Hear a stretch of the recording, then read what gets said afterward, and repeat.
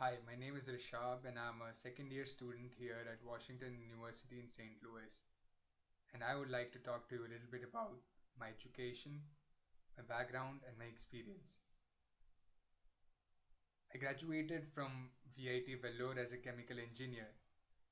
VIT Vellore is the second best private university in India, according to a AC Nielsen India Today survey done in 2012. Upon graduation, I had a couple of job offers, one from a multinational company in Chennai and another from a small pharma company. I actually chose the small pharma company because I thought that the exposure that I could get, the learnings that I can have, and the impact that I could have on an organization would be greater at the small pharma company.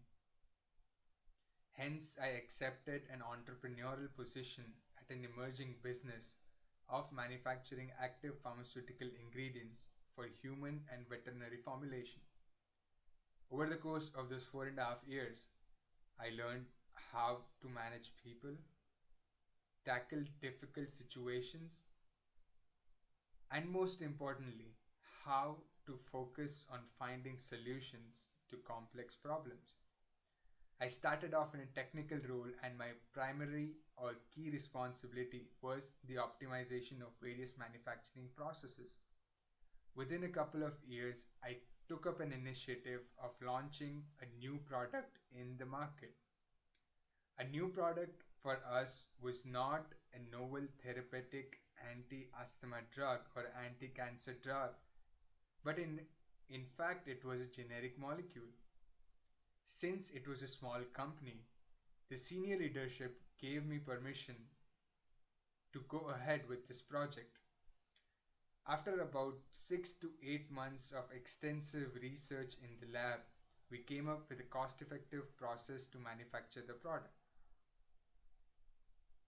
As a matter of fact, the successful launch of this product was what got me promoted in about 2 years. The same launch is what got me introduced to marketing and what got me excited about the commercial aspects of a business. Hence, I decided to undergo formal education in the commercial aspects of a business so as to groom me or groom myself into becoming a better leader. Therefore, I applied to B schools and got enrolled at Olin. So let's start with what I've learned over these past 2 years at Olin. Let's start with strategy and how my past experiences links with strategy. So Century Pharmaceuticals, or the pharma company that I was working for, was trying to fulfill the broad needs of a broad market, a strategy which has not yet been proven. After consultation with senior executives, my team and I decided to focus on the profitable needs of a narrow segment, which in our case was antibiotics, and tried to explore synergies therein. We made several trade-offs. We accepted comparative profit margins for an exponential increase in volumes.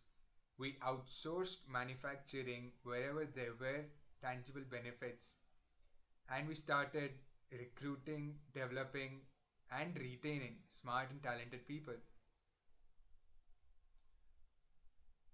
From an even percentage of commodity and niche users, we revamped our portfolio to contain primarily products that were good in quality, which were priced reasonably, which was again a good fit with the volume-based trade-off that we had made earlier. I was particularly instrumental in eliminating one key false trade-off, which had been hampering our success for a very long period of time. We started reinvesting in our own company rather than in mutual funds and index funds of emerging countries or emerging economies, thereby signaling that the investment done in a company which was perceived at that time as a cost is not inversely proportional to the profits but may be actually proportional or at least is correlated to the profits of a company. Let's go on to marketing. Marketing. Let me start off with marketing strategy and then we can move on to other aspects. In a classic case of the implementation of the BCG growth model, my team and I started looking out for investors for a capital intensive and relatively less profitable business segment. After explaining our value proposition, we were able to get GVFL or Gujarat Venture Finance Limited on board, and hence we were able to redirect our financial resources from our cash cow, which was the active pharmaceutical ingredient business, to the appropriate question marks and not the dogs, according to the model.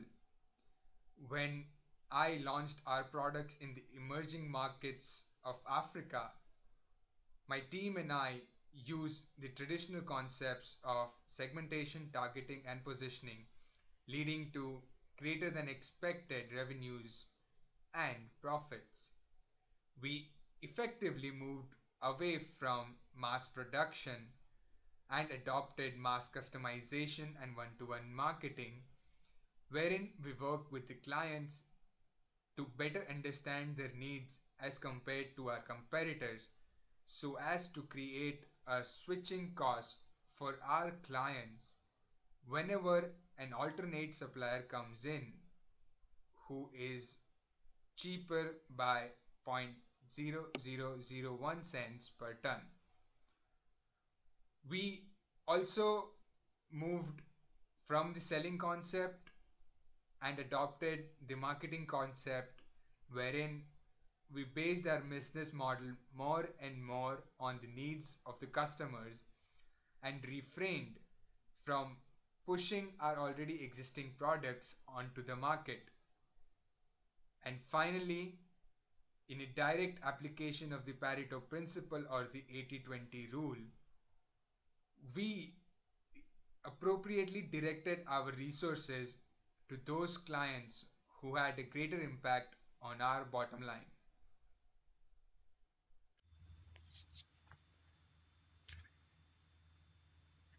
So finance, let's talk about finance. One of the classes that I took recently was options and futures, and let me start with a forward. What's a forward? A forward is actually a contract between two counterparties to sell an underlying asset at a predetermined price at a predetermined future date. So the seller has the underlying asset and he sells it to the buyer on the maturity date. So there is no actual transaction of money at the signing date. Now, there are a couple of key issues with a forward. There is a liquidity risk and there is a credit risk. So there is another type of a financial instrument called a future which takes care of both these types of risk. A future is a standardized contract that is exchange traded and hence there is little or no liquidity risk. Whereas the payment to the seller is guaranteed by a clearinghouse, and a future also uses, or a clearinghouse also uses, a daily mark to market scheme wherein the credit risk is also almost negligible. So now let us look at some of the payoffs for the buyer and the seller. Suppose the price of the forward or the future is F. Therefore, on the maturity date, the buyer pays F, whereas he receives an asset whose value can be denoted by S of T. So his payoff is just S of T minus F. Whereas the payoff for the seller is just the opposite of that of the buyer. He receives F dollars or F units of currency and he lets go of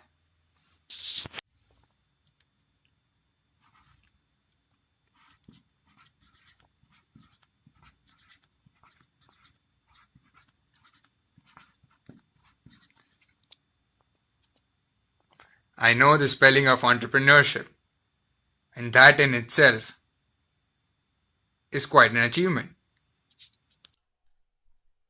Moving on to the soft skills, I would like to highlight three key strengths of mine through various examples. The first being dedication. And I would like to give you an example of a time when I showed dedication at Century Pharmaceuticals. After about a year, the top management was discussing about a 5 metric ton per month contract with a multinational company. The challenge was going to be our capacity. We had a capacity of 3.5 metric tons per month. On getting an intimation from the marketing department, I called a meeting of the factory staff and motivated them to accept the challenge. Initially, we increased the batch size slowly. Then we cut down on the process time. Together, we were able to increase our capacity from 3.5 metric tons per month to 4 metric tons per month. But we were still not able to reach the 5 metric tons per month target. Next, I suggested that we outsource a part of this process to a nearby facility. This suggestion actually worked well, and we were able to reach our target of 5 metric tons per month. So, what was the result? The result was that the top management got the order and the production team got the reward. The second skill that I want to highlight is innovation. After working 2 years at the plant, I had a feeling that the company had been working on the same products for a very long period of time. The company had tried but had failed to introduce a product that was innovative, lucrative, yet sustainable. I started doing preliminary market research by talking to clients, customers, suppliers, and experts about where the Indian generic pharmaceutical industry was heading.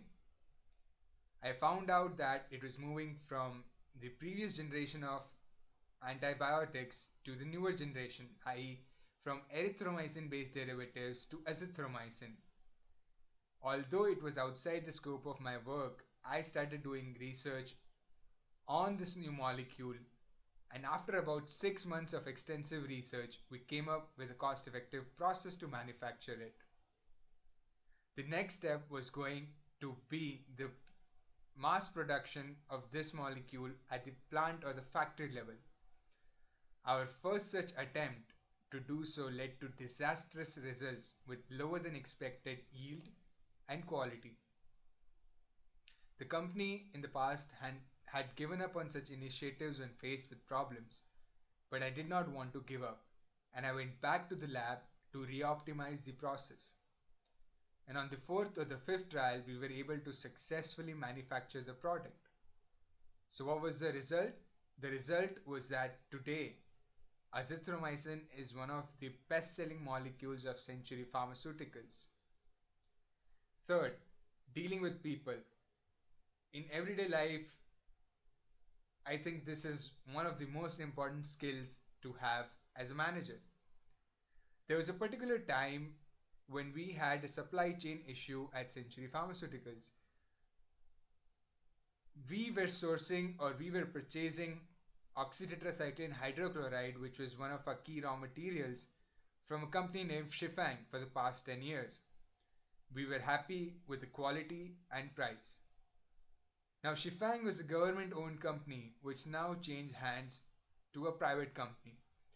Under the new leadership, they increased the price of the product by 20%, saying that it was no longer viable to supply at the contracted price. I asked permission from my senior leadership to tackle this issue. I immediately found out new suppliers who could replace our existing supplier and asked them for samples to analyze their quality. Then I created a mathematical model based on quality, price, capacity, and attitude of top management. And then my senior leadership put weights on each of these verticals on the basis of the industry and basis of the product in general. And finally, we made a recommendation for He by Sanctuary. He by Sanctuary could not initially support us with the required quality. They were higher on all other parameters. I cajoled the management of He by Sanctuary to improve their quality for a quantity requirement of 1 container per month. This quantity appeared to be attractive to them and they agreed to support me. The quality of their shipments were multifold and more than met the requirements. So, what was the result? The result was, at a time when we had a supplier crisis, we found out a new supplier who was much more cost effective, and in the process, we were still able to deliver our goods to our customers within the stipulated period of time. And a big thank you to all those who have watched this video, and I hope you found it pretty good. Thank you again, and hope to see you in person.